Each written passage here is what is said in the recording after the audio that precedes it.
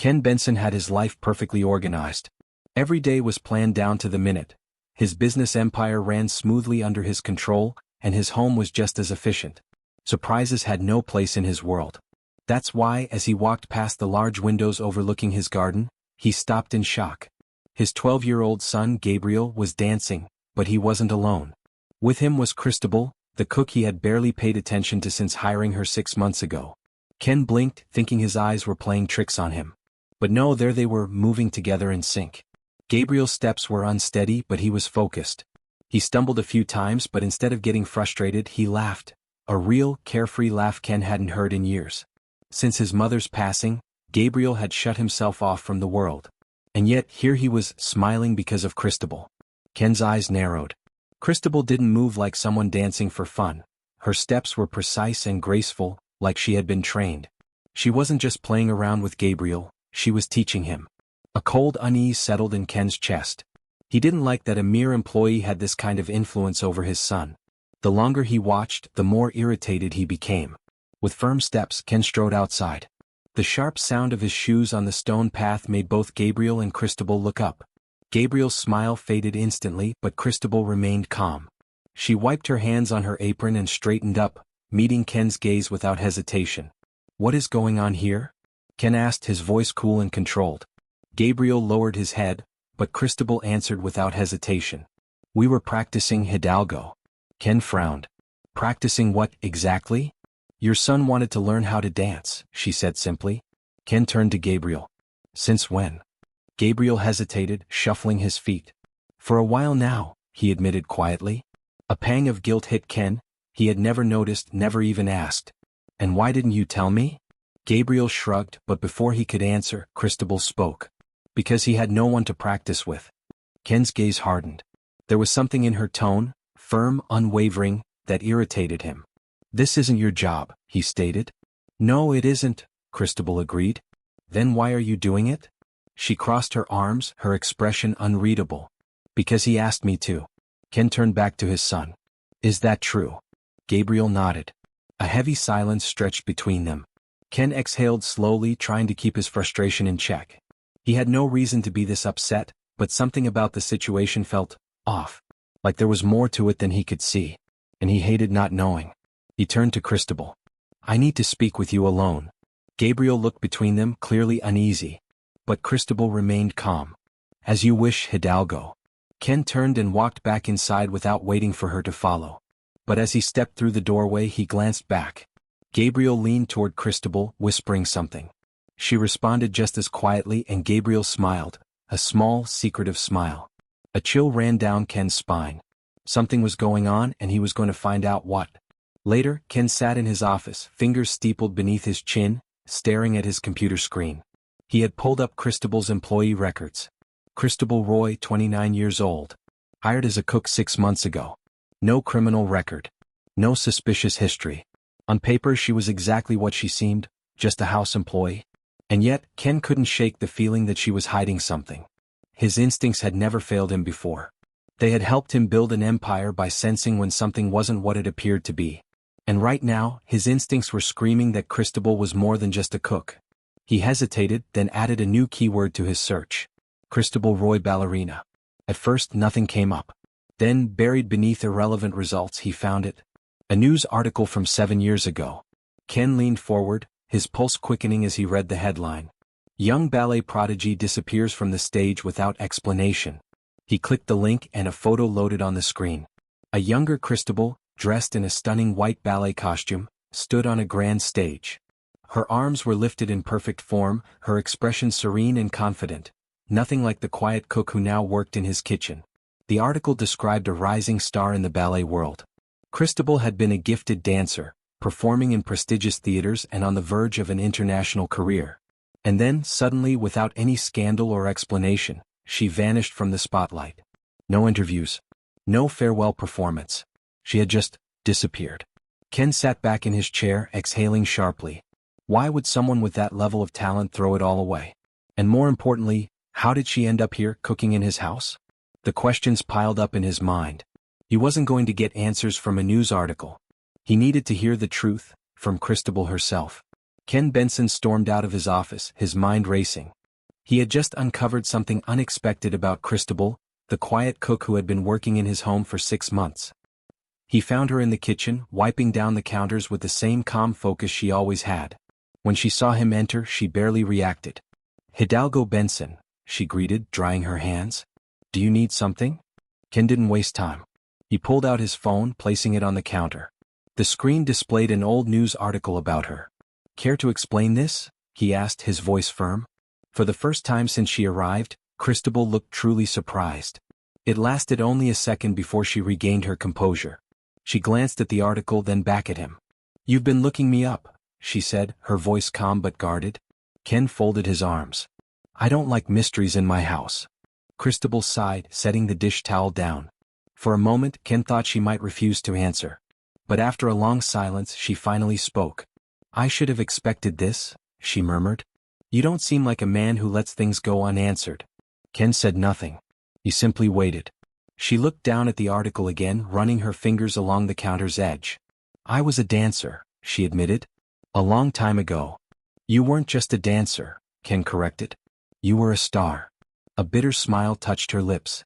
"A star that burned out before it could shine." Ken studied her carefully. "Why did you leave?" She hesitated, her eyes filled with conflict, as if deciding how much to reveal. Finally she sighed. "Because I lost everything," she said quietly, her voice raw. Ken didn't press her, waiting for her to continue. "When I was 22, dance was my entire life. I trained constantly, pushing myself beyond my limits because I believed I was meant for something great," she said. "And I wasn't alone." Ken frowned. "Who?" She took a deep breath. "My fiancé, Adrian. We trained together since childhood. We were supposed to take on the world together. We had just been offered an international tour, our dream, everything we had worked for." Ken's stomach tightened. He had a feeling he knew where this was going. "The day before our biggest performance, Adrian was hit by a car," she whispered. "He died instantly." Silence filled the room. "After that, I couldn't dance," she admitted. "I couldn't even hear music without feeling like a part of me had been ripped away. Everything I had built my life around was gone. So I disappeared." Ken exhaled, absorbing the weight of her words. He had expected something tragic, but not this. Not a grief so deep it made her walk away from everything she loved. "So you became a cook?" he asked, his tone softer. Christabel let out a quiet chuckle, though there was no humor in it. "I needed something far removed from dance. Something practical. Something safe." Ken ran a hand over his face. He was beginning to understand her more than he wanted to. "And now?" he asked.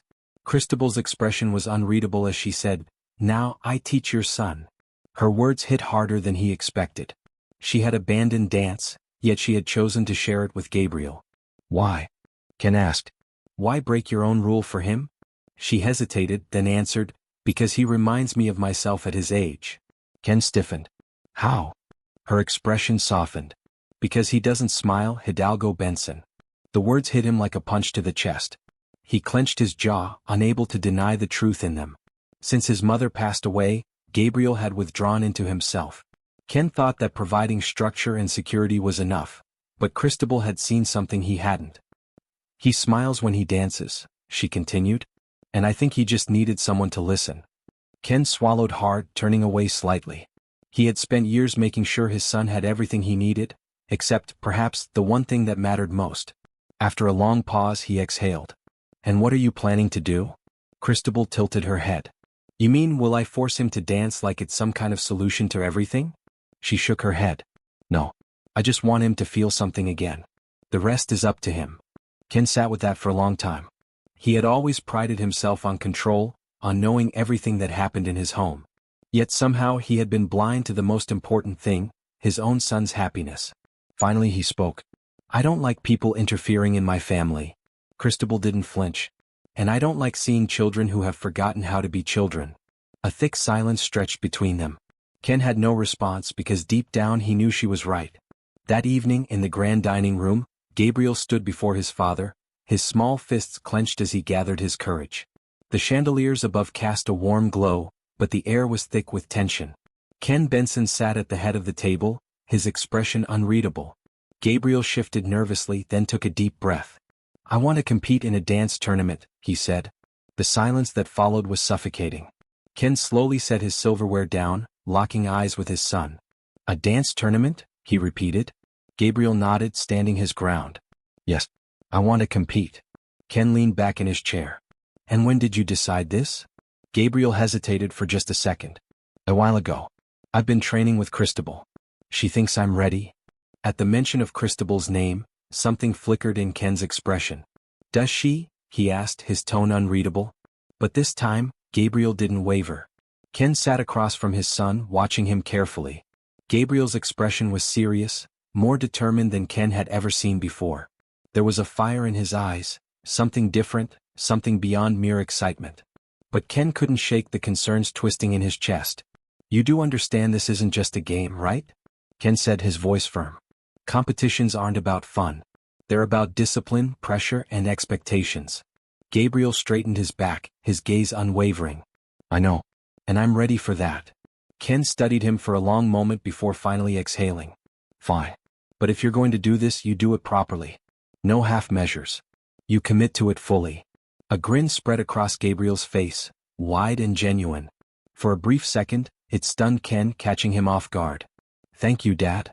That evening, Ken found Christabel in the kitchen, chopping vegetables with the precision of someone who thrived on structure. She glanced up as he entered, already sensing why he was there. You knew he would ask me, Ken stated, folding his arms. Christabel wiped her hands on a towel before turning to face him. I suspected. Ken's expression remained tense. Do you think he's ready? Christabel tilted her head slightly. He has the passion. The discipline will come with time. Ken let out a slow breath, tapping his fingers against the counter. If he does this, he will face failure. Rejection. He may not be able to handle that. Christabel studied him for a long moment before speaking. Or maybe, you're the one who isn't ready to handle it. Ken's jaw tightened, but he didn't argue. Instead he said, if we do this, we do it right. That means you will train him properly. No soft encouragements. He needs to be pushed. Christabel's lips curled slightly. I wasn't planning on going easy on him. The next morning, training officially began. Ken stood off to the side, watching as Christabel transformed from the soft-spoken cook into a strict, focused mentor. Gabriel moved through exercises with fierce determination, beads of sweat forming on his forehead. Christabel corrected his posture, his foot placement, and his rhythm with sharp precision. Again, she ordered. Her voice was firm but never harsh. You missed the beat. Gabriel wiped his brow and started over. Ken, observing from the doorway, couldn't help but notice how much his son had changed. Before, he had been quiet, hesitant, always following rather than leading. Now there was something different, something stronger. A refusal to give up, even when things didn't come easily. Hours passed. When the session finally ended, Gabriel collapsed onto the floor, panting heavily. Christabel handed him a bottle of water, which he accepted gratefully. You did well today, she said simply. Gabriel grinned up at her. That means a lot coming from you. Ken remained silent, watching their interaction with an odd sense of unease. It wasn't jealousy this time, it was something deeper, something he couldn't quite place. As the tournament approached, training intensified. Gabriel pushed himself harder, staying up late, repeating routines over and over. The playful excitement of dancing had faded, replaced by pure determination. Ken, despite his initial reservations, found himself drawn to every session, watching as his son evolved. One evening, after a particularly exhausting training session, Gabriel sat at the dining table, barely touching his food. His leg bounced beneath the table, his nerves barely contained. Ken noticed. What's on your mind? His voice was softer than usual. Gabriel hesitated before answering. There's another dancer in the tournament. His name is Mateo Navarro. He's won 2 years in a row. Ken nodded slowly, waiting for him to continue. Gabriel bit his lip. He messaged me, told me I don't stand a chance. Ken's fingers tightened around his glass. His expression didn't change, but there was an edge to his voice when he spoke. And what do you think?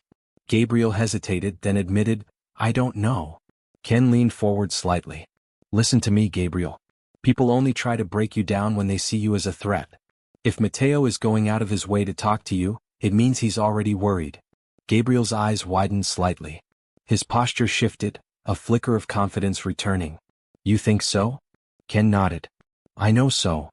For the first time that night, Gabriel smiled, a small but genuine smile. Then I guess I'll just have to prove him wrong. Ken exhaled, watching his son with something close to admiration. He wasn't the same boy who used to hide behind books and routines. He was becoming something else, something stronger. And for the first time, Ken found himself genuinely looking forward to seeing what he would become. The theater buzzed with energy. Backstage, dancers stretched, practiced their footwork and mentally prepared. The sound of music, hushed whispers of coaches, and the steady rhythm of nervous breathing filled the air. Gabriel stood among them, adjusting the straps on his dance shoes. His hands trembled slightly. Ken watched from a few feet away, his expression unreadable.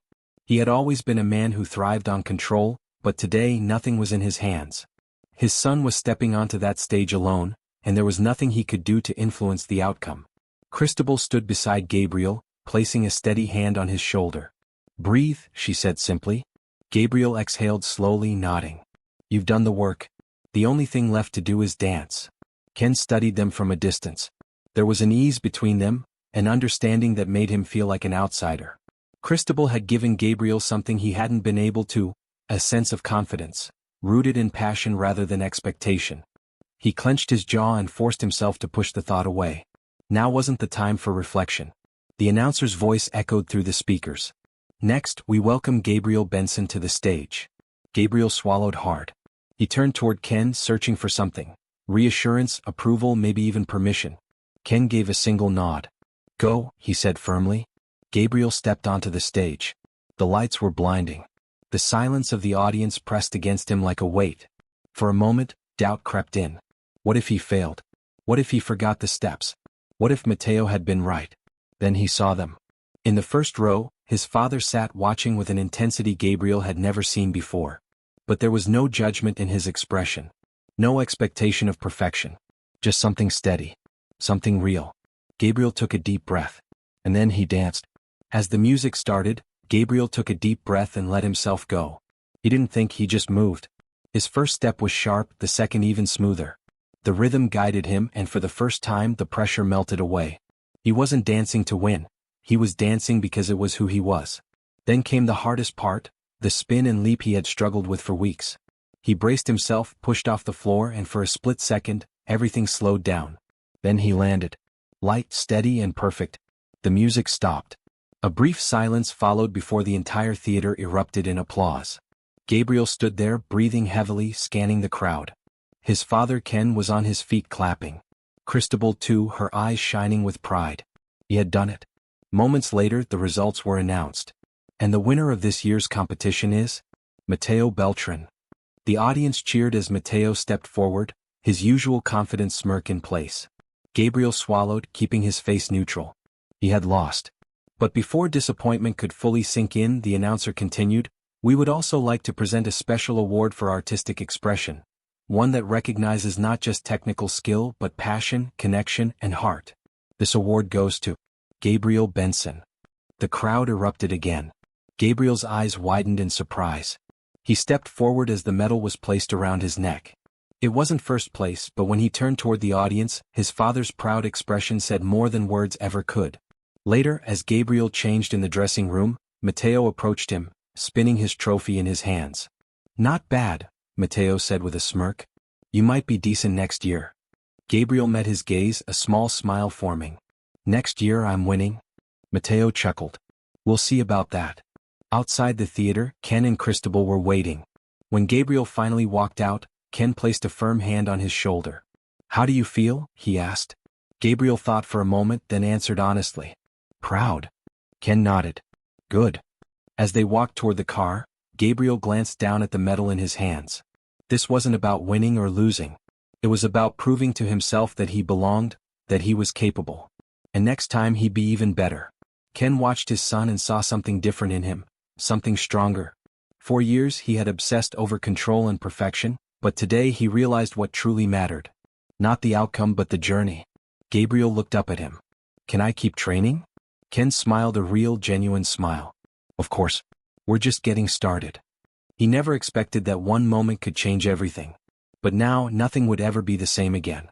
What would you have done in his situation? Share your thoughts in the comments. If you enjoyed this story, don't forget to like, subscribe, and hit the notification bell for more content.